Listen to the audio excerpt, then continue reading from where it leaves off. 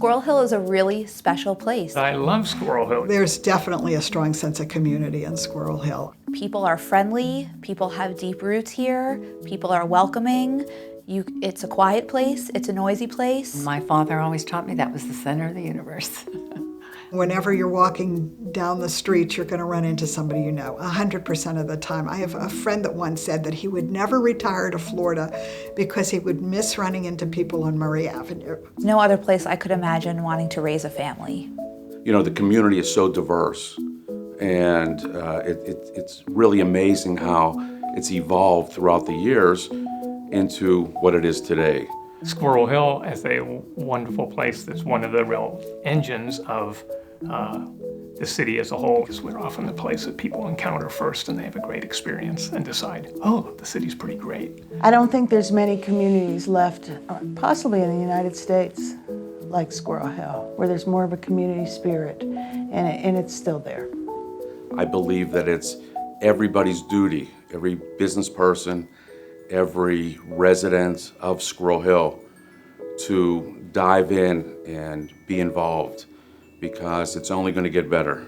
It's important to have an organization like the Coalition. It really it gives you a sense of somebody watching out for you, and I think the Coalition does a terrific job with overseeing some of the new developments that are coming to the area. The Squirrel Hill Urban Coalition has a tremendous amount of potential. Anything that would benefit the community, Squirrel Hill and the 14th Ward, we're interested in doing. We try to be responsive. We try and be a voice for the community when things come up.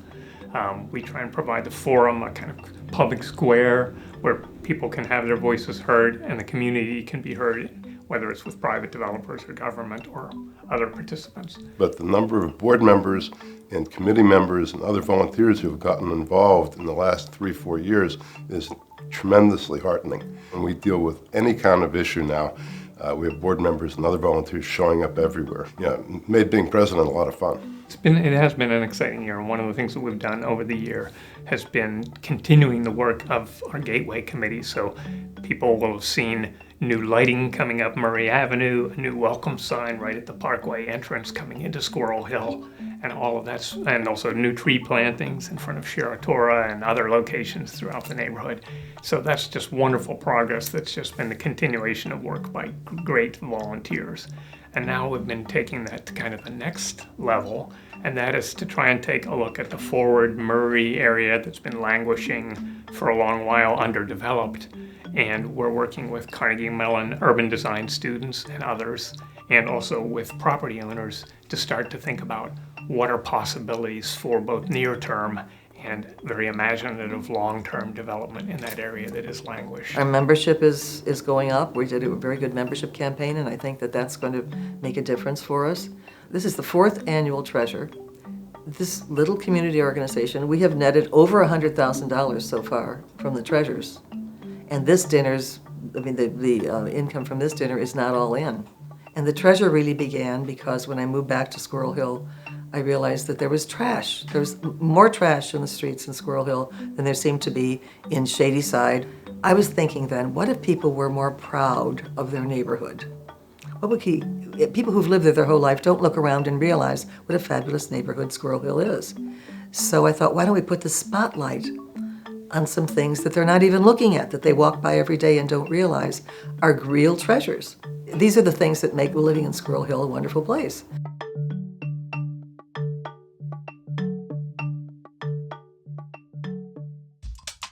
Bill Peduto is, I think, the most amazing guy. I'm so glad that he is our mayor. He's so thoughtful, visionary, doesn't seem to need to be at the center of everything from an ego perspective. Taking the political signs off of the garbage cans. Those are just small signs of I think, a greater character and a greater personality. If you look how quickly he was able to lead on bike lanes, for example. Gathering the opinions of a widespread community for appointments. When the Hillman Cancer Center was being built, he created what they call an overlay district, where there was urban strategic planning all along the corridor of Baum Boulevard near Shady Side Hospital. And He did that years before anything was actually built. And as a result, the development that you now see along that corridor is very organized, very specific, very well coordinated. I had just moved into a new apartment the night that he was inaugurated mayor, and there were potholes all over the street, and I finally got to sleep around 12:30, and there was all this noise outside my bedroom window. And there they were filling potholes on Bigelow Boulevard. I opened my window and I just said, "Go, Bill," and applauded, and they all started to applaud. Squirrel Urban Coalition's always worked very well with its council members, and Bill Peduto was one for a long time. He's now mayor of the entire city, but of course he's come in with a new energy and a focus on neighborhoods, and we're not being forgotten in that plan. A member of the mayor's office attends all our board meetings, and we have ready access to the mayor's office and all of the departments so that we can help them do their jobs and help them identify what needs to be done in Squirrel Hill and work together. So I think it's been successful so far over the 9 months he's been in office, and I think we'll be continue to get better and better. I'm very proud that he's our mayor. I think he follows in good footsteps with some of the terrific mayors we've had.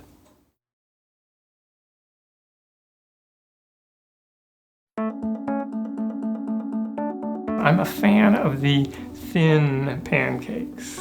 I love Pamela's. Bananas and chocolate chips, and their pancakes are wonderful. Here is everybody gathered, they're talking and they're together, and you have the young and you have the old. It fits in every morning at 7:30. I'm in line. You have to go out on the street to get around the crowds on Saturdays and Sundays. Like it's the only place they could possibly contemplate eating. If I have a meeting and I want to meet somebody from Squirrel Hill, I'll just say, let's do it on the way to work. Let's stop and have breakfast at Pamela's. It's a friendly place to see your neighbors. It's a place you can sit around and enjoy. Not just the food, but the wonderful ambiance that the owners of Pamela's have created. It's a wonderful community asset. We wanted to have a quality product, and we wanted to have it all the time, and it was a community that appreciated that, noticed the difference. That was what made it so much fun, was just being part of the community. Our friends started coming from there, people we started hanging out with. Our employees became families with the families that came in, and it just blended. It was an unusual thing to have happen, I think. When I met Gail and Pam, I said, I'm definitely staying here. Because, they're always there for me. Like, even my most recent experience, my son, back in June, he had to get a heart transplant. And Gail and Pam have been there every day, supporting me. There's so many good people in Squirrel Hill. The whole community I always liked, because it seems like almost everybody knows everybody, and it's like one big family. Right. It's family oriented. When they used to be on Forbes Avenue, like the whole street was just one big family. During the G20, we had the Japanese Prime Minister wanted to eat there because he knew they were the president's favorite pancakes. And our slogan became, "World Peace, one pancake at a time."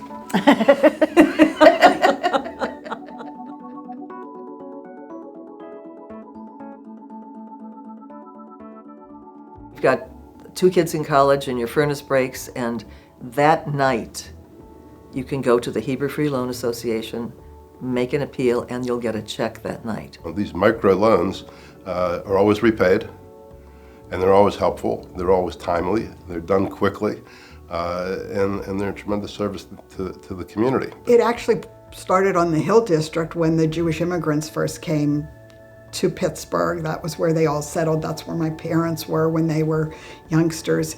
And I think it was just a logical extension of the belief that we have in Judaism that we should try to heal the world. And this was just some wise men who said one way to help people in need is to create an organization where we would solicit money and then use that money to loan it to people in need who pay it back. And we get paid back at a very, very high rate, and we get paid back with no interest. A group of Jewish families who had a celebration together for the Passover holiday They had some money left over, about $50, and they were looking for good use of it. They found a widow in the community who had great needs, and they offered her the money as donation. She said she would not accept it as a donation, but she would accept it as a loan if she could repay it back. They thought this was a wonderful idea. She paid back every penny on a very slow basis, and they decided to do it again and again and again. In 1936, there were floods, major floods. You've heard of Johnstown, but of course Pittsburgh had floods too. The Hebrew Free Loan opened a branch office in Johnstown, as well as an office in Pittsburgh, to try to get people back on their feet. In the 1960s, it was a turbulent civil rights period. There were riots in the Hill District. We helped many people, merchants and residents, black, white, Jewish and non-Jewish, to rebuild their homes, to rebuild their businesses, and to try to get the Hill District back on its feet. A huge percentage of the loans that we've given over the years have been to residents of 15217. So we are helping the people right in our own community get cars so they can go to work, afford college tuition, start a first-time business, adopt children, make home improvements, and beautify our community. We're having humble conversations with people one-on-one and making a huge difference in their lives. And it makes a huge difference in our lives to be able to offer that kind of support. They were not on our radar until we had the flood in Millville, where our restaurant was totally wiped out. And they called us to see if we needed some money and needed help. It was really, really an amazing thing. That's the difference between Squirrel Hill and a lot of communities.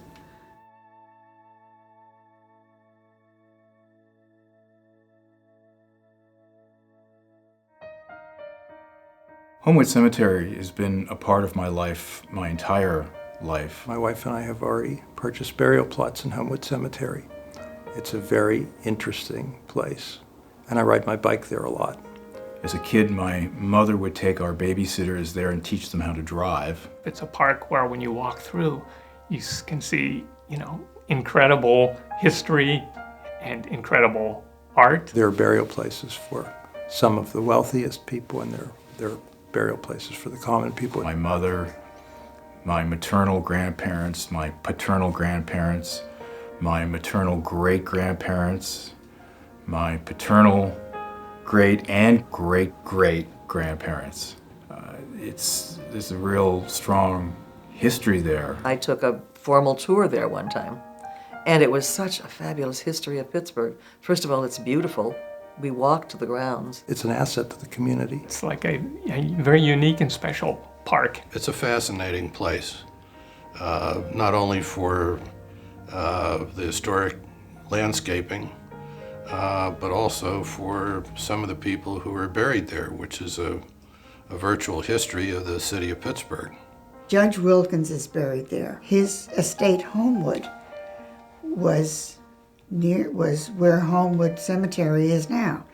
We were the first section that was cut out of his property, which was about a 600-acre estate, and it was called Homewood. And that's how our cemetery got its name. Well, the Homewood Cemetery was actually started in 1878 by a group of citizens of Pittsburgh, and it's been a non-profit cemetery since that time. It's governed by a non-compensated board of directors. Many of the families who have families buried there or relations buried there at the cemetery, and they've governed this cemetery for the past 140 years. Based upon the philosophy that the cemetery is for the people of Pittsburgh. We have had people in there doing studies on bats and birds and people sitting there watching the stars.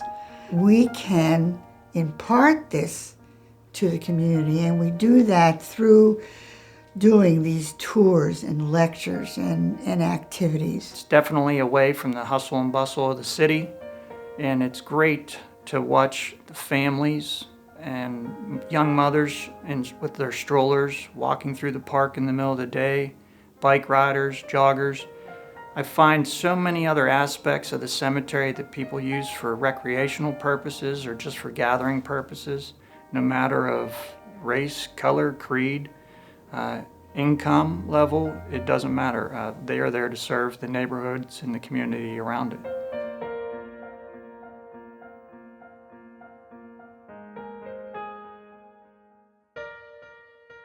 I've known Ceci for probably 15 years, and she is such a treasure in our community. She's a delight to be around. She's very informative. She's willing to do whatever it takes to make the community better, and she notices everything from trash to issues of economic development. She's always been involved and has energy, put more energy into Squirrel Hill than anyone else we knew. She really cares. She's utterly driven to behave and to do things that are not in her own self-interest, but in the interest of community. She thinks on what is good for the community and what will work in the community and what will people appreciate in the community, and she is to a large extent our conscience. She infects everybody with that kind of enthusiasm. It's like, come on, we're doing it. I've been invited to her home for political things.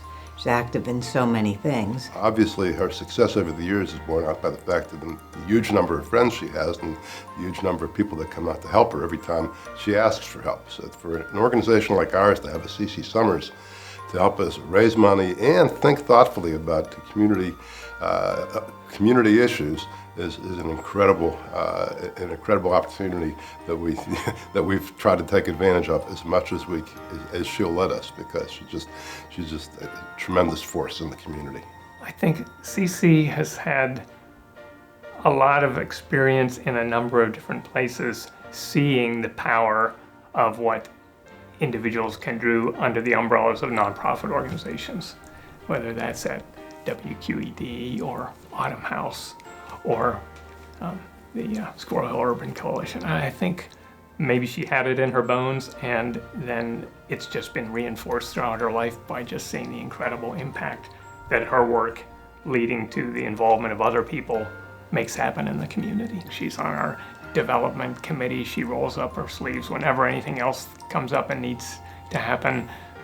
We participated in a sidewalk sale that some of the merchants coordinated a year ago, and Ceci and I were out at a table in the blazing sun and 90 plus degrees and talking to community residents, and she was just a real trooper. She's just a fighter, We're glad to have her on our side. She does so much for us. A jewel in the crown for Squirrel Hill.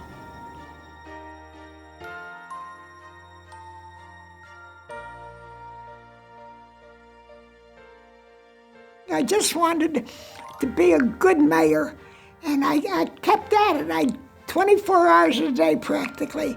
I was never away when there was a crisis in Pittsburgh. I was here. My mother used to always make quilts, and any rag or anything she had to save for the people in the country who needed blankets, who needed this and needed that. So nothing ever went for waste. So that's clearly one of the ideas I now have that helped to change me.